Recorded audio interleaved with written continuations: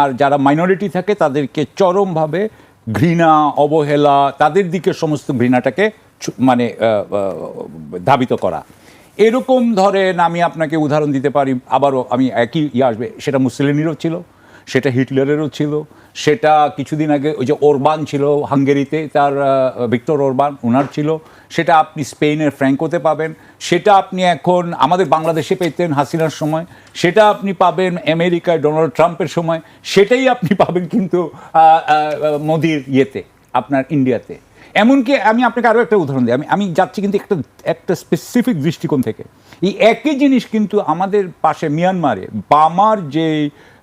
বামার নেতৃত্ব, যেটা আসলে বামারদের, আপনি তো জানেন যে 60% ইয়ের পপুলেশন হচ্ছে বামার, এই জাতিটার যারা লিডার তারাই কিন্তু আর্মিটাকে কন্ট্রোল করে। তারা কিন্তু গুলি করতে কিন্তু কোনো তাদের ইয়ে হয় না, মানে পিছপা হয় না, গুলি করার ব্যাপারে তারাই খুবই সিদ্ধহস্ত, বাচ্চা কাচ্চা কাউকে না। সো আমি যেটা বলতে চাচ্ছি যে যারা সুপ্রিমেসিতে বিশ্বাস করে তার জাতির, নিজস্ব জাতির, সে এই সুপ্রিমেসির বিরুদ্ধে কেউ দাঁড়ালেই তার ব্যাপারে সে অত্যন্ত কঠোর হয় এবং আপোষহীন হয়। এটা হচ্ছে গিয়া রাজনৈতিক কারণ। তো আমি মনে করি যে দেখেন, এর আগে গত মানে প্রায় 15 বছর না, যে 2014-তে উনি পাওয়ারে আসলেন, 2014-তে উনি পাওয়ারে আসছেন নরেন্দ্র মোদী, 2014 থেকে এই 26 পর্যন্ত উনি তো কখনো ব্যাকডাউন করেন নাই। আপনি জানেন যে এই এতগুলো বছরে উনি কিন্তু প্রেস কনফারেন্স দেন না, উনি কারো কিন্তু উনার যে, এবং উনি কিন্তু একমাত্র ন্যাশনালিস্ট হিসাবে, জাতীয়তাবাদী হিসাবে ভারতে নিজেকে প্রতিষ্ঠিত করছেন। সুতরাং উনি উনার বিরুদ্ধে তেমন কোনো রাজনৈতিক ইয়েও নাই, মানে আপনার অপোজিশনও নাই। কয়েকদিন আগে উনি বেঙ্গলও পেয়ে গেছেন, ইয়েও দাঁড়াতে পারছেন না। সুতরাং উনি হয়তো মনে করছেন যে উনাকে কেউ ফেলতে পারবে না, এবং এইখানে উনি হয়তো মনে করছেন যে উনার তো দেখানোর দরকারই নেই, এবং না দেখালে উনার যারা আপনার পাওয়ার ব্লক, অর্থাৎ উনাকে যারা ভোট দেয়, যারা নিজেরাও হিন্দু শ্রেষ্ঠত্বে বিশ্বাস করে, সে বলবে যে হ্যাঁ, হিন্দু শ্রেষ্ঠত্বের বাহক আমাদের বীরত্ব দেখাচ্ছেন, এটাই তারা হয়তো পছন্দ করবে, সেই জন্যই হয়তো করছে। এখন আমি খালি বলতে চাই এখানে যে এটার মধ্যে আরও একটা জিনিস আছে, যে এটা বলেছিল কে, তেলাপোকা, এটা কথাটা শুরু হয়েছিল কে থেকে, আমাদের দর্শক শ্রোতাদের জন্য এটাও একটু জানা দরকার। এটা কিন্তু বলেছিলেন চিফ জাস্টিস মিস্টার সূর্যকান্ত। তো সূর্যকান্ত যে উনি বলেছিলেন, তার মানে কি, যে যারা অ্যাক্টিভিজম করে তারা হচ্ছে সব তেলাপোকা, সরকারে যারা থাকবে তারাই হচ্ছে গিয়ে আসল, যারা জনগণের পক্ষে এরা করে তারা তেলাপোকা। সুতরাং আদানিদের যেমন একটা, আপনার অলিগার্কদের যেমন একটা শিবির তৈরি হয়েছে, বিজেপির যেমন একটা রাজনৈতিক শিবির তৈরি হয়েছে, আপনার সরকারের এবং আপনি এটা ওনাদের জাতীয়তাবাদী, আপনি নানা ধরনের থিঙ্ক ট্যাঙ্কেও দেখতে পাবেন যে ওনাদের একটা সুবিধাপ্রাপ্ত একটা গ্রুপ তৈরি হয়েছে। তারাই কিন্তু এই সুবিধার বিরুদ্ধে যারা কথা বলতেছে, এই দেশের বিরুদ্ধে যে ইন্ডিয়া কাজ করছে না, যারাই বলছে তাদেরকেই তারা তেলাপোকা বলতে চাচ্ছে।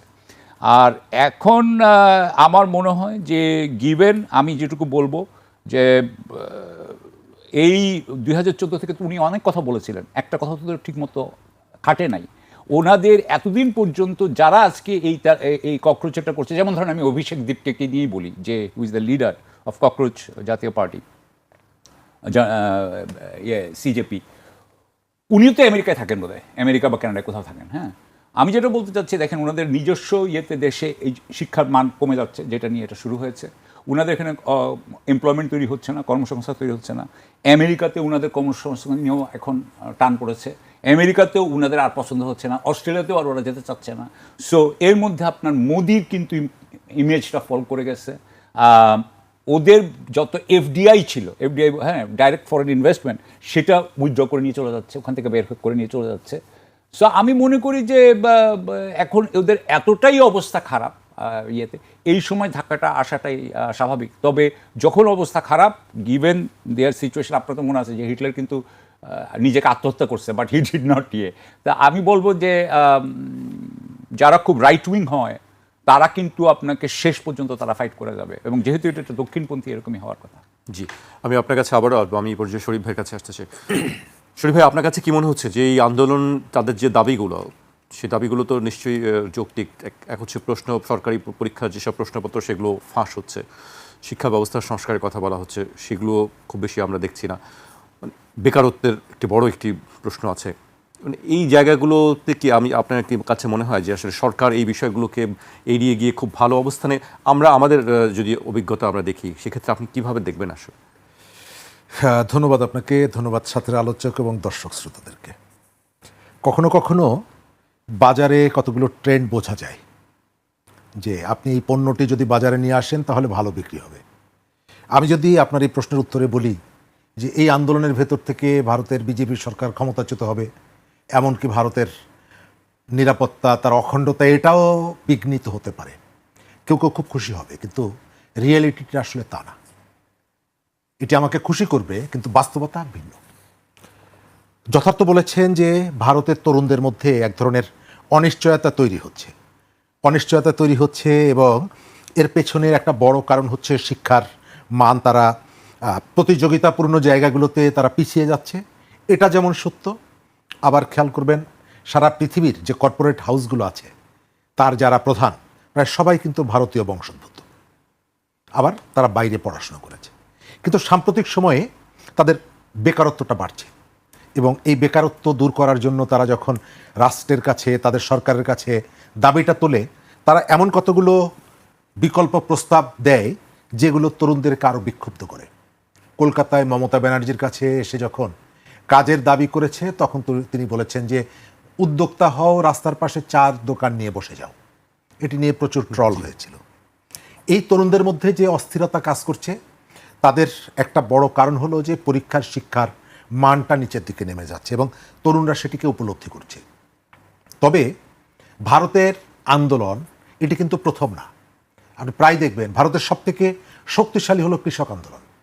প্রায় দেখবেন যে এখন চলছে, এই মুহূর্তে চলছে।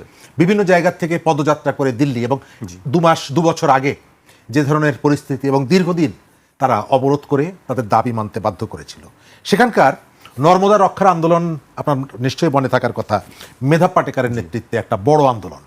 সেখানে দুর্নীতির বিরুদ্ধে একটা বড় আন্দোলন হয়েছিল আন্না হাজারের নেতৃত্বে। অর্থাৎ বিভিন্ন শ্রেণী, পেশা, ইস্যু, এই আন্দোলনগুলো তাদের নিয়মিত চলে। এবার তরুণরা রাস্তা নেমেছে এবং এই তরুণদের আন্দোলনের ফলাফলটা কি হবে? এই ফলাফলটা হয়তো একটা পর্যায়ে গিয়ে সরকারকে একটা নেগোসিয়েশনে আসতে হবে, তাদের সাথে আলোচনায় বসতে হবে বা একটা সমাধান করতে হবে। কিন্তু তারা যদি সেটি না করে তাহলে এই আন্দোলনটা কোন দিকে যাবে? সে কি আগ্রাসী হবে? এখন পর্যন্ত রাজনৈতিক দলগুলো তাদের প্রতিক্রিয়াগুলো, আপনি ওই নতুন যে পার্টিটা দিল্লি কেন্দ্রিক, তাদের একটা সাপোর্ট আছে এবং অনেকে মনে করে যে এরা এই আন্দোলনটাকে সমর্থন করছে। আবার কংগ্রেসের রাহুল গান্ধীর যে বক্তব্য যদি দেখেন, তিনি অনেকটা ব্যালেন্স করছেন। কারণ আমাদের এখানে অনেকগুলো কথা আমরা যেভাবে বলতে পারি, আপনি ইউরোপের সোসাইটিতে, অন্যান্য সোসাইটিতে একেবারে লাগামহীনভাবে কথা বলতে পারেন না। আমাদের এখানে টেলিভিশনে, রাস্তায় দাঁড়িয়ে আমার স্বাধীনতা সম্পর্কে প্রশ্ন তোলা যায়, যেটা যৌক্তিক না অযৌক্তিক। কিন্তু পৃথিবীর অন্য কোথাও এই কথাগুলো বলার সাহস আপনি পাবেন না, সুযোগও পাবেন না। ভারতে তারা এই আন্দোলনটাকে তারা খুব কেয়ারফুলি দেখছে। আপনি বাইরের থেকে যতই মনে করি আমরা যে এটিকে তারা একেবারে স্বাভাবিক সাধারণভাবে দেখছে, নো, তারা প্রথমেই কৌশল নিয়েছে শক্ত হও, চড়াও হও তাদের উপরে। গতকালকে চড়াও হয়েছে, কারণ তাদের মধ্যে একটা ভীতি আছে। সেই ভীতিটা কি? সে তার চোখের সামনে 3টি দেশের তার প্রতিবেশী, সেখানে তরুণদের আন্দোলনের পরিণতি কি হয় সেটি দেখেছে। শ্রীলঙ্কায় রেজিম চেঞ্জ হয়েছে, নেপালে চেঞ্জ হয়েছে, আমাদের এখানে চেঞ্জ হয়েছে। সুতরাং টেনশনটা তার আছে। আবার তার আরেকটা প্রতিবেশী আছে পাকিস্তান, যে এই জায়গাগুলোতে হয়তো কিছু ফুয়েল সাপ্লাইটা যদি দেয় তাহলে এই আগুনটা ছড়িয়ে যেতে পারে। সুতরাং তার টেনশনটা আছে, সে ভেতরে ভেতরে তার উৎকণ্ঠা আছে। তা না হলে এই ধরনের একেবারে একটা নিরীহ আন্দোলন। আমাদের এখানে কয়দিন আগে একজন মন্ত্রী তরুণদেরকে ফার্মের মুরগি বললেন, আর সেখানে বিচারপতি তাদেরকে তেলাপোকা বলেছেন। কিন্তু আপনি এখানে শিক্ষার্থীদের যে দাবি দেওয়া ছিল সেগুলো মেনে নিয়ে একেবারে খুব দ্রুত সময়ের মধ্যে পার্লামেন্টে দাঁড়িয়ে মন্ত্রী বললেন যে আমি এটি বলে থাকলে সরি। কিন্তু তারা বলছে না কেন? তারা বলছে না এই কারণে তারা একটা ভয় তাদের মধ্যে আছে। সেটা হলো যে এই জেনারেশনকে যদি আমি এই মুহূর্তে তারা বুঝে ফেলে যে আমি ভয় পেয়েছি, আমি যদি তাদের কথাটা মেনে নেই তাহলে এই ধরনের প্রবণতাগুলো বাড়বে। আপনি খেয়াল করবেন যে সারা ভারতব্যাপী বিজেপির যে হিন্দুত্ববাদ, এটা প্রবলভাবে ছড়িয়ে পড়ছে সব জায়গায়। মাত্র 25 বছর সময় দিয়ে একটা পশ্চিমবঙ্গ সে দখলে নিয়ে গেছে, দীর্ঘ সময় তো লাগেনি। কিন্তু আপনি যদি তাদের ছাত্রদের যে শিক্ষা প্রতিষ্ঠানগুলো আছে তার নির্বাচন যদি দেখেন, বিজেপির ছাত্র সংগঠন কোথাও জায়গা পায় না। এখনো এই যে জওহরলাল জেএনইউ যেটা বিশ্ববিদ্যালয়, দিল্লি বিশ্ববিদ্যালয়, সেখানকার যে বড় প্রতিষ্ঠানগুলো আছে, প্রতিষ্ঠানগুলোতে বিজেপির যে ছাত্র সংগঠন তারা সেখানে ছাত্রদের মধ্যে সেভাবে প্রভাব বিস্তার করতে পারছে না। নির্বাচন হলে, ফেয়ার নির্বাচন হলে শিক্ষা সংস্কার আন্দোলন বলবো, এটার সাথে তো আসলে রাষ্ট্র ক্ষমতার কোনো বিষয় নেই। শিক্ষা এটার ভেতর থেকে সেটাই তাদের একটি দাবি আছে। ঠিক আছে, ধরেন যে কৃষকরা বিজয়ী হচ্ছে আন্দোলন করে, এবং লাস্ট যে কৃষক আন্দোলনটা হয়েছে সেই আন্দোলনের সামনের থাকা একাধিক নেতা মহারাষ্ট্র এবং পাঞ্জাব থেকে লেফট নেতা, তারা সবাই এমপি হয়ে এসেছেন এবং তারা স্বীকার করেছেন যে কৃষক আন্দোলনের সাথে যুক্ত থাকার কারণে আমরা এই জায়গাটা, এই সুবিধাটা পেয়েছি, মানুষের কাছে আমরা গিয়েছি। কিন্তু এই জায়গাটায় তরুণরাও যদি এই ধরনের একটা নতুন সেক্টর ওপেন করে ফেলে, তাহলে রাজনীতির দল হিসাবে এটি ভারতের অখণ্ডতার জন্য খুব একটা আমাদের কারো কারো ধারণা যে এর ভিতর থেকে তার ওই রকমের কতগুলো পরিস্থিতি তৈরি হবে, নো, তা না। কারণ তাদের একটা কনফেডারেশন, অনেকগুলি রাজ্য একটা জায়গায় স্পার্ক করলে সব জায়গায় সমান স্পার্ক করবে না, এটি রিয়েলিটি। এবং সমান স্পার্ক যদি না করে তাহলে আপনি ওই ধরনের ভাবনাও যদি থাকে, সেই ভাবনা আপনি এক্সিকিউট করতে পারবেন না, আপনি সরকারকে দুর্বল করতে পারবেন। আপনি যেখানে আন্দোলন করছেন সেটা দিল্লিতে আন্দোলন, আপনি এটি দিয়ে তো পাঞ্জাবকে ইনফ্লুয়েন্স করতে পারবেন না, যেটা এখানে সম্ভব। আপনি একটা জায়গায় শুরু করলেন, সব জায়গায় দ্রুত ছড়িয়ে পড়ল। দ্বিতীয়ত, তরুণদের এই যে আন্দোলনের যে স্রোত, এটা সারা ভারতে যে ছড়িয়ে পড়েছে তা কিন্তু না।